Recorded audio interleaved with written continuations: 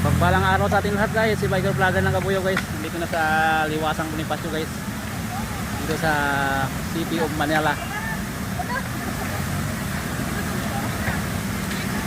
Yan guys, Liwasang Bonifacio guys.